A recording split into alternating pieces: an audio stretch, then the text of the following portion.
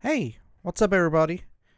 This is day 4 of VLOGMAS, right here in the becausemaybepodcast network, and I'm going to talk a little bit today about Christmas.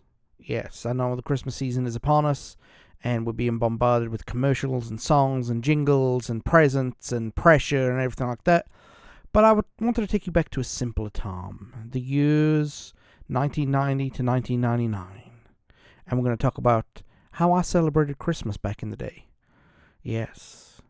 Just a little bit of fun, just a little bit of nostalgia, just a little bit of me explaining, giving you guys a little bit more into the background of me. And yeah. So, but thank you for watching. I appreciate it. And I thank you for taking the time out of your day to find us. And I hope that you stick around, because we got some good content here. So, but, let's talk a little bit about back in the day, okay? I grew up in Port Talbot in South Wales. So it's a small steel town right about in the centre of South Wales. It's known for its steelworks that inspired Blade Runner, believe it or not. It is known for its beach, which was immaculate before, the last British administration pulled the environmental funding. And there's a bunch of famous people who live there, who are from there. We've got Anthony Hopkins, Silence of the Lambs, yes. We got Sir Richard Burton, who was Liz Taylor's husband twice. We got Rob Brydon, a comedian from the UK. We got Michael Sheen, a wonderful, wonderful actor. If you're interested in sport, we have Brian Flynn, former football manager. Colin Pascoe, former football player. Richard Hibbert, rugby player. And, of course, the legend who is Captain Beanie. A man who is of many, many, many, many things, and I think he's a hoot. He's a good guy, and he does a lot of work for charity, and yeah, so that's where I come from. I come from a town with an eclectic bunch of people. Let's put it that way. And like every kid, I was obsessed with what was coming at Christmas. Christmas was a very, very special time of year for me. It was a time where I don't know, I just felt everything fell into place at Christmas. And it wasn't just the gifts, it was the spending time with the family, and we all had our quirks and we all had our issues and whatever, but it was the time where we spent the most as a family together without work interfering or household chores or school or and all that stuff. Okay, so I always remember in the week leading up to Christmas, every year the local shopping centre will be full of people, like you couldn't move. And one of the reasons is because men in the town, it was mainly guys, they were buying last minute things or just getting off their behind to go Christmas shopping, the 22nd, the 23rd, or the 24th. And you couldn't move in the shopping centre for anything. There was no space. With lots of people there, lots of chatter, and everybody was kind of had a good attitude. It wasn't like Black Friday in the United States where people would shank each other over a TV. It was like, oh, you got the last thing. Oh, I wanted that. Okay, nobody got hurt. It was just very, very, very busy, very busy. And for me, I grew up in a Catholic household. And we would have mass in school on the Wednesday before we went on break. And some of the families went to midnight mass. We didn't. I'm not the best Catholic, to be honest. But I did go Christmas Eve one year to the nativity play when I was like 7 or 8, where I played I didn't play anybody in the nativity scene. I was actually a reader. So I was the one that did the prayer and, led everything.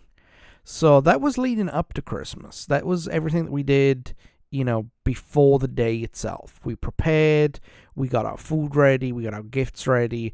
We usually had our gifts ready, weeks before.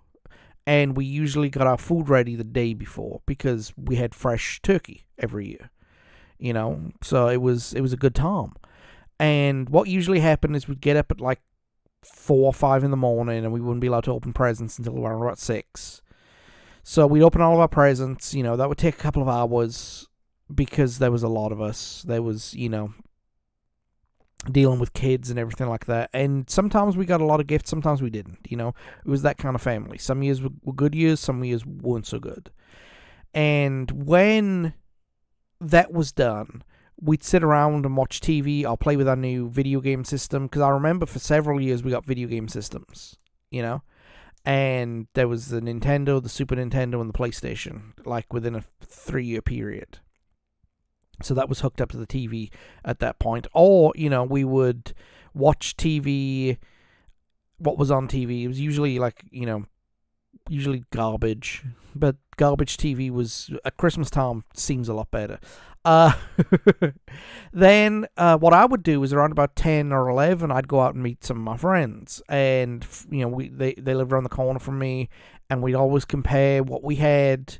And inevitably, we would either go and play video games or we would play football. And, we'd do that until around about 4 o'clock, where my family would eat. We would get in our chair and get our plates together, nice turkey dinner, Christmas crackers, which they haven't got those in the United States, believe it or not. So I don't know. It's a little weird for me. They have them recently, but we'd be sitting around a table with our paper crowns on, eating, telling bad jokes, and just have a fun time. Now, it wasn't fun for my parents because they had to go through the stress of cooking all the food all day, and God bless them for doing that. But they'd usually cook the night before, so they were exhausted Christmas time, and I never understood that until I was an adult. And then after we'd eat, we'd go to the other room, put the TV on, and watch whatever comedy special was on. And it was usually Only Fools and Horses in the UK, because they stopped doing regular series in like 1990 and only did Christmas episodes from there on out.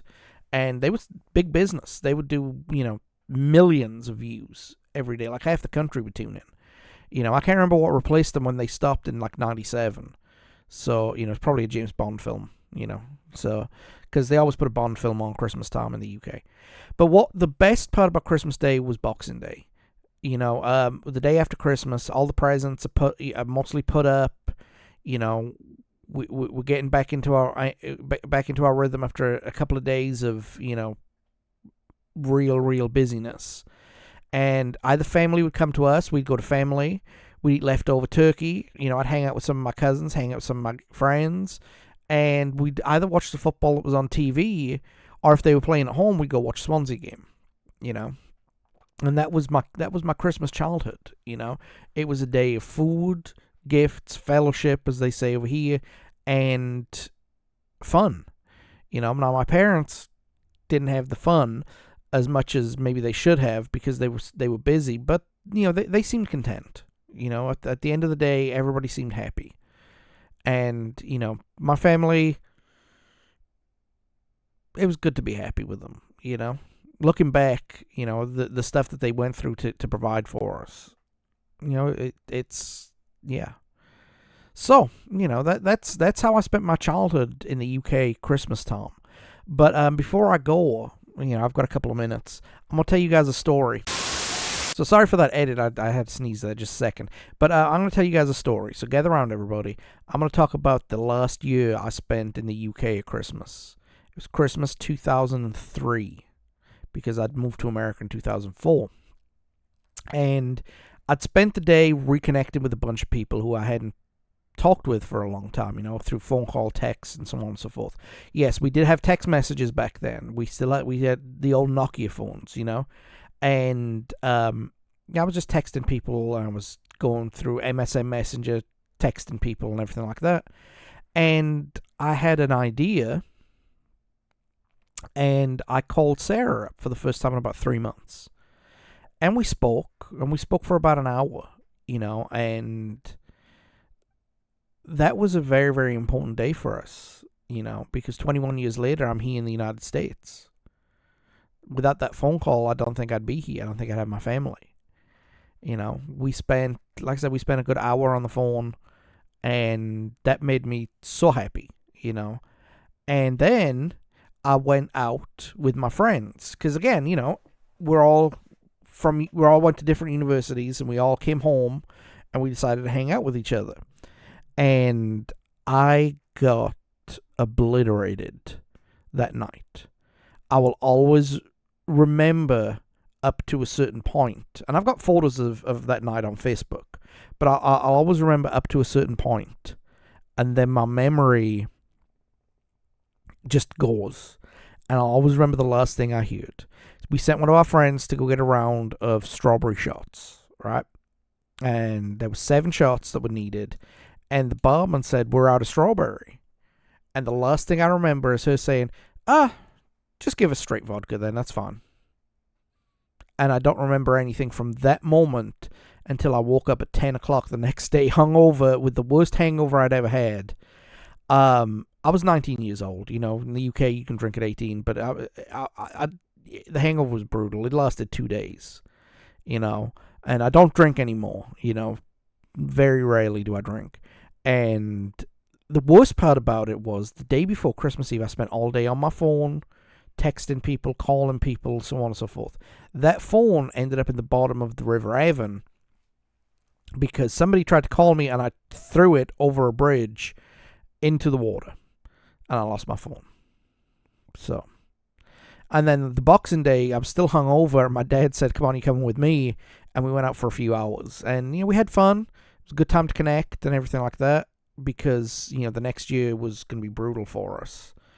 We kind of had a lot of arguments in 2024, but that's a different story for a different day.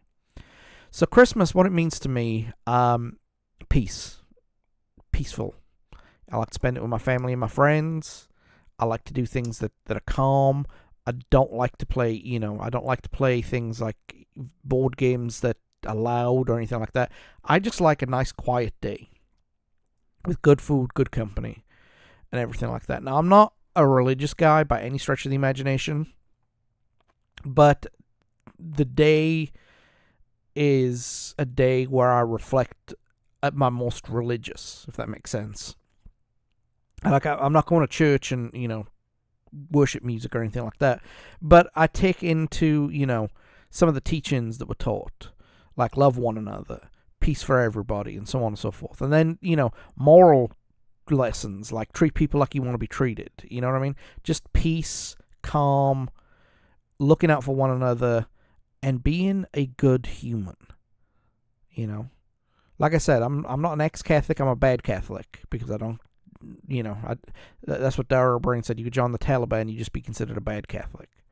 So, but I'm thankful for my family and my friends, and I'm thankful for everything I have. And every year we celebrate as a family. We get together, we eat, we break bread, we have, we visit. And I think that's important to do, And if more people would just get their heads out of their rear ends, they would have so much more peace. But I'm waffling. So I guess I'm going to call it here. That was Christmas in Wales. How's Christmas in your neck of the woods? If you like this, I'm just going to give you a heads up that in a couple of weeks I'm doing an episode of the podcast that is going to be going more in depth into UK Christmases versus US Christmases, traditions, and so on and so forth. So look forward to that in the next couple of weeks, okay? That's going to be our second Christmas episode after Home Alone 2. So, well, I'm going to get off here. I'm going to continue cooking because it's my day to cook. I'll see you next time. Take it easy, everybody. Bye.